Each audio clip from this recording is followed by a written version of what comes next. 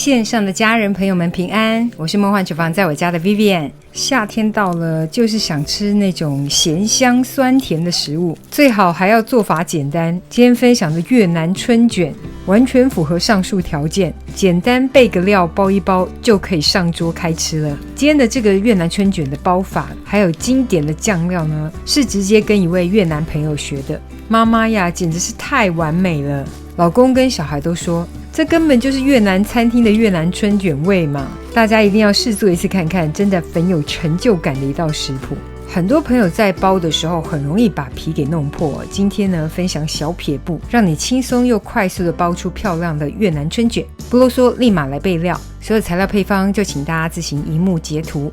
文字食谱的连结我也会放在资讯栏当中，需要的朋友点开资讯栏就可以看到。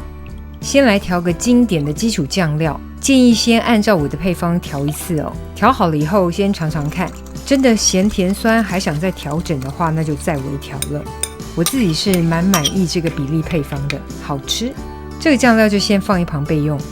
接着来处理其他的食材哦，我们先把虾子给烫熟，其实水不用多，一点点就好，放个2片姜或是米酒都可以。然后放入虾子，选个密封导热量好的锅子，盖上锅盖，保持大火，锅边冒烟之后呢，大概煮个40-50秒就可以。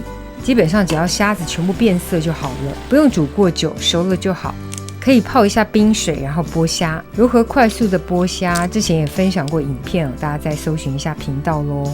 剥好的虾我们再对剖成2半，当然你也可以包入一整只不对剖啦，不过的确片薄一点会比较好包卷。我们就依序把所有的虾子全部对剖。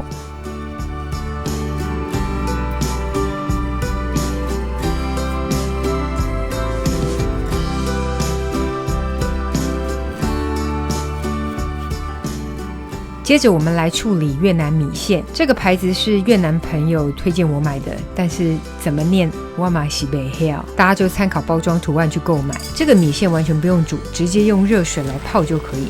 我们煮滚一锅水哦，直接冲入这个米线当中来浸泡，大约泡个10来分钟哦，它就会变软变白，大概就是影片这样的状态。再冲一下冷开水之后呢，就可以沥干水分，放一旁备用。记得要确实的沥干水分哦。另外介绍一下包裹在里面的生菜哦，其实台湾现在的生菜品种很多，喜欢什么就用什么。我这个是田螺蔓，刚好它的叶片也比较大，比较好包卷。记得买来要彻底洗干净，最后要用饮用水再冲洗一次，然后再用毛巾或是厨房纸巾把水分擦干。比较硬一点的梗呢，我们拿去做生菜沙拉哦，就留下比较软的叶片部分，这样比较好包裹。我习惯先把生菜跟米线卷好备用哦，等等才可以快速的包入越南春卷皮当中。因为如果动作太慢，越南春卷皮很容易变得又黏又软，就很容易被拉破。所以先把内部的生菜跟米线先卷好，可以在光滑干净的平面上抹一点水，我这个是熟食砧板，你也可以用大一点的瓷盘。干的越南春卷皮要非常快速的过一下水，大概2秒到3秒就可以，马上放到平面上。接着立刻放上刚刚卷好的生菜米线，然后排上我们的虾子，好看的面就朝底部，有薄荷叶的可以加上薄荷叶，香气会更好，没有的就直接跳过不加了。刚才为什么说水不要沾的很多，就是这时候呢饼皮可能都还有一点点硬度，还没有吸饱水，没关系，这时候我们再来卷，它会越来越软。有一些部位如果觉得有一点干没关系，沾一点点水它就马上软化了。基本上只要不要硬脆到卷不起来哦，卷的时候春卷皮不过度湿软，反而有助于包裹时候的形状好看哦。练习造就完美，别担心，多练几次你会越包越好看。